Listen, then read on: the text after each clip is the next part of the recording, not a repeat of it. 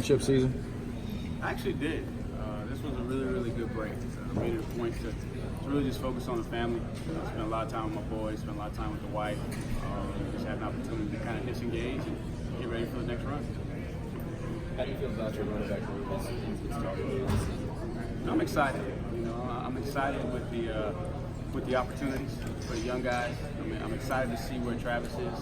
Obviously, we spent a little bit of time apart because of the NCAA rules, but I'm excited to see where he is, see where his mindset is. Excited to see the growth in Linjay. So I'm really excited to just get back to work with those guys and see what they've done this summer, and then see what our role is going to be on this year's team and go work. You need Linjay to take a step up, in what areas do you see him improve? Of course, I think Linjay is a guy that had a lot of success as a freshman. So the biggest thing is I want to see that he comes back with the right state of mind, a focus, not resting on his success last year. Continue to improve. When running with the football, he's got to get his pad level down. Continue to run high at times. I want to see that he's really, really progressed his upper body strength, so he's more confident in his technique and pass protection. I want to see him, accept his role as a leader now, even though he's just a sophomore. He's a guy that has some equity on the field, and now he's going to be in a position where he's going to be called upon by his teammates to be a leader. So those are the things I want to see him do. What kind of talks have you had with Linjay as far as leadership stepping up his game since Tavian decided to leave? Hey, just told him that he might have thought that he had a little bit of time, but everything happens for a reason, and now his guys on his team are expecting him to step in. But the biggest thing is try not to do too much. Just be who you are. Just focus on the things that we talk about in our meeting room every single day. And if you do that, then the leadership will come. Does he have traits that remind you somewhat of Travis as a younger player? They're similar. Yeah, both of them got great personalities, and you could tell coming in the door as freshmen, they kind of were just happy to be here. They knew they had some veteran leadership in front of them, so they really didn't necessarily embrace that role. But I do see now that just like Travis, Travis is in the same situation. Obviously, Travis had a little bit of a comfort level with Taven there too. Taven being the senior, the leader in that room, and now he's the guy. And so for both of those guys, I've noticed a little bit of transition in their personalities from their freshman to their sophomore year. They're a little bit more serious about their business, and that's what you need to see. Coach, you have a talented freshman who's here now, but the loss of Tavian, what does that mean just for the depth of your running back group? Obviously, it just means the young guys got to be ready to go, and I got to do a great job in preparing those guys, and one, quickly assessing where they're at, and figure out the areas that I need to help, what I need to do to help them improve, so they can be ready to go, and then really just push them as hard as I can, and then see how much they can retain and get them ready to go. And obviously, it was a big loss, but Taven, he did what he was supposed to do here, and I'm proud of him for stepping up and making the decision that he thought was best for him in his future. The only thing for me, as long as he graduates. Once he graduates, he's fulfilled his commitment to me, his commitment to Clemson, and wish him best going forward. Have you stayed in touch with him at all? I have. We haven't talked anything about recruiting, about where he's going, because again, that's a decision for him and his family. The biggest thing for me is just making sure that he stays on track to graduate, make sure that he's working out, make sure that he's prepared for wherever he goes, that he's in position to go compete. Because that was the objective of him moving on, is he wanted to go put himself in a situation that he thought was best for him in his future. And I'm just trying to support him through that process. And even beyond that process, we'll continue to stay in touch because he's one of my guys. How surprised were you left? How surprised? I think the timing caught me off guard a little bit because he had a great spring. Taven had a great spring, and we had already talked about what we were going to do going forward, kind of the plan for next season for him. And just in his quiet time, he was searching for peace with where he was at. And so the biggest thing for me was just the timing of it. I'm not necessarily surprised because he's a competitor.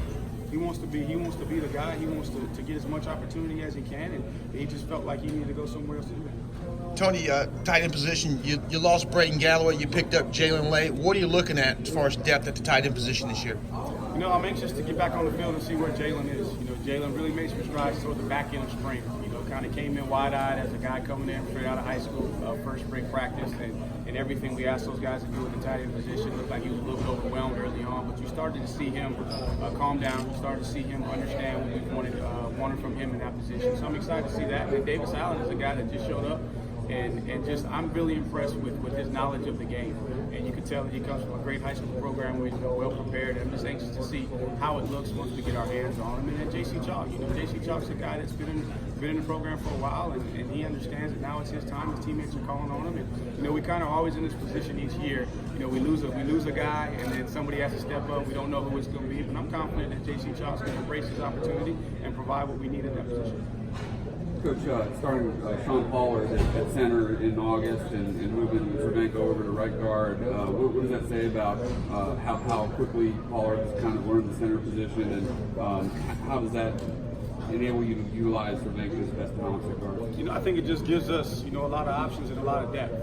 And that's really what we've always been challenged by Coach Sweeney with on the offensive line, is make sure that we cross-train those guys, that we have versatility, so that we can get the best 5 guys on the field at the same time. And for Pollard, he's a student of the game. He's played just about every position on the offensive line, and the biggest thing for him was just could he be comfortable snapping the ball, and he looks like he's very comfortable snapping the ball. And, Gage is a guy that his strength is his strength. As strong as he is, he can move people. And when you're at the center position, man, it's tough when you got to snap the ball, step, and move people at the same time. So as of right now, it's a good starting point. But again, you could easily see Gage back at Cervenka back at center. You can see Pollard back at guard, and that just gives us a lot of comfort knowing that we got some veteran guys that can be versatile. Tony, moving over to left tackle, you had Mitch Hyatt left when you lost a lot of snaps, and you got Jackson Carman sliding in there. What does Jackson need to work on this year as he slides into that position, all that leadership, leaving that position? Correct. Biggest thing for Jackson is just being consistent. I think we all know how talented Jackson is, both physically and mentally. I don't think that many people understand how smart Jackson Carman is, and so his ability to pick up the system and the offense is not an issue. The biggest thing for him is just being consistent, make sure that he manages his body. Keep his body at the right weight so that he can play and be in the best condition, and then not try to do too much. Don't try to be Mitch. Just be Jackson. That's what he needs to do. Just be Jackson. And take coaching every single day and continue to work on little things, and then everything will come into play.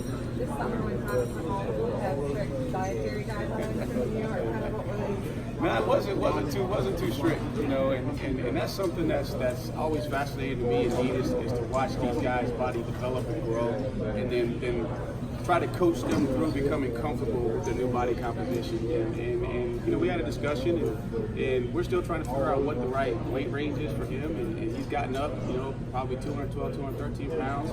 Maybe doesn't feel quite as confident at that weight, but he gets down to 205, and then he doesn't feel quite as confident at being 205. So we're trying to find that happy medium. But I think he's in a good place because he's thinking about it. He's thinking about it. He's really trying to understand his body and feel his body. And I think the biggest thing for him is as he continues to improve his upper body strength, I think ultimately that's going to be the biggest confidence that he has in his body. Coach, how much do you talk to your players about pressure, handling pressure now being 2 of the last 3 titles? Don't talk about it at all. Just one, not trying to create a thought in their mind that may not already exist. But again, here we understand how big the target is on our back, but the mentality here is to embrace the target. So we don't talk about pressure. We understand that the rankings, and it's that time of year where everyone's going to be talking, and that's for everybody else to be talking. We understand and we know what the formula is for success, and it goes back to starting over. We haven't done anything in 2019. We got to start over. We're going to start here on August 1st, and we're going to get what we earn, and what we earn is what we put on the field. So we don't talk about pressure. We focus on being the best version of ourselves, and if that transpires into being one of the best teams, then so be it. But ultimately, we're just focused on being the best version of ourselves. Coach,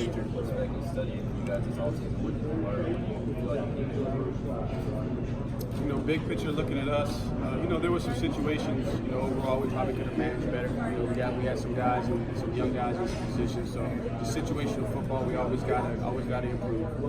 Short yardage is something that we always look at. Red zone. Obviously we were decent in the red zone from a percentage standpoint, but there were still some things we could do better. In the red zone. Now we understand that everybody's looking at us, everybody's gunning us. So just our overall technique, we got to continue to improve at every single position. And then again, it's kind of exciting going into 2019. It's all not all new pieces, but kind of pieces in different spots, and we got to figure out what that's going to look like. Coach, you lost Amari Rogers. For Trevor, biggest thing is leadership. Just leadership, and then going forward, not trying to do too much. Here's a young guy that came in and really grasped the system right out the gate, had a lot of success, and You know, a lot of times a young man in a situation like that, they can try and see too much. So make sure that he's not trying to see too much, not trying to do too much. You don't want to really master the system so that you can teach it to other people. That's when you really have a grasp of it. You know, fundamentally, in the pocket, just clean up footwork. You know, at times being consistent with his footwork. Sometimes he'll drift. You know, tackle may be a good position. You know, with the end, he may drift into the tackle. But just those kind of little things. But overall, leadership and just mastery of the system and then situational football, being able to handle situations a little bit better. You know, whether it's in the red zone, whether it's a 2-minute situation, or a 4-minute situation. I just think like that. Tony, you lost Amari Rodgers late in the spring. Talk about the development of Darion Kendrick, and what are you going to have to do to keep him off the other side of the ball? I don't know if we're going to be able to keep him off the other side of the ball. But ultimately, if that's where he helps the team best, then that's what we want. At the end of the day, we want to win football games. We want to do what's best for the team. So if DK at corner is what really helps the football team, then I'm all for it. And he spent most of the spring over there, so we didn't have him much from a developmental standpoint on offense. And so with that just means other guys got to step up. And so when DK moved over, it gave Overton an opportunity to really show his value. And man, he had an awesome spring. And then now you got encouragement for some of those other guys like Cornell Powell now has an opportunity, TJ Chase. And so that's where the focus will be going in. And then if we do get DK back at some point in the season, or if we get some packages with him, then we'll figure out how we're going to work against the offense. The biggest thing is focusing on those other guys, getting them ready to fill in that spot. Tagging on to that, the wide receiver group, you've got a larger wide receiver group again. It seems like every year you're worried about how you're going to spread the snaps out. Again, you have a wide receiver group looking for snaps. What are you going to do there? Right. Well, that's a question for Joe Scott. But no, that's one of the great things about Coach Sweeney and the philosophy within our program. If guys have earned the right to play, man, let them play. And we don't focus on how many touches, so to speak, that these guys are getting, but just make your touches count, make your plays count. And so that stuff will all work itself out. And as we get into this fall camp, and we really figure out what the identity. We don't know what the identity of the 2019 offense is yet. We haven't been out there on the field yet. So as that comes to life, then we'll start to figure out from a coaching standpoint, schematically, how we're going to distribute the ball. But ultimately, those guys, it's their job to go out and to compete every day in practice, earn the trust of their coaches, and then solidify that, hey, they deserve to be on the field, and then we'll figure it out, and then the touches, they'll work themselves out. Tony, as far as the offense goes, with the losses on defense, is there any concern about, hey, first couple of games, we may have to outscore other teams? Is there any concern about that? No concern with that, because our objective every time we get on the field is we want to score points. And so it doesn't matter what the defense is doing, so to speak. Now we want to play complementary football. There's no question about that, because we're our football team. And our role is to do whatever we need to do, to win the football game. So we won't put any emphasis on the losses on defense. And let me tell you something. We learned this spring. That we got our butts handed to us a couple times in a couple practices because we may have had that mindset.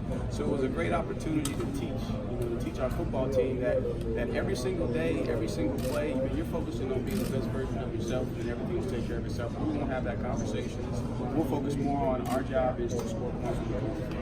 What are some of the things you heard about Malusi just from being on campus a short time he's been here and from the workout? For him, he's a very focused young man. You can tell that he's got a lot of maturity.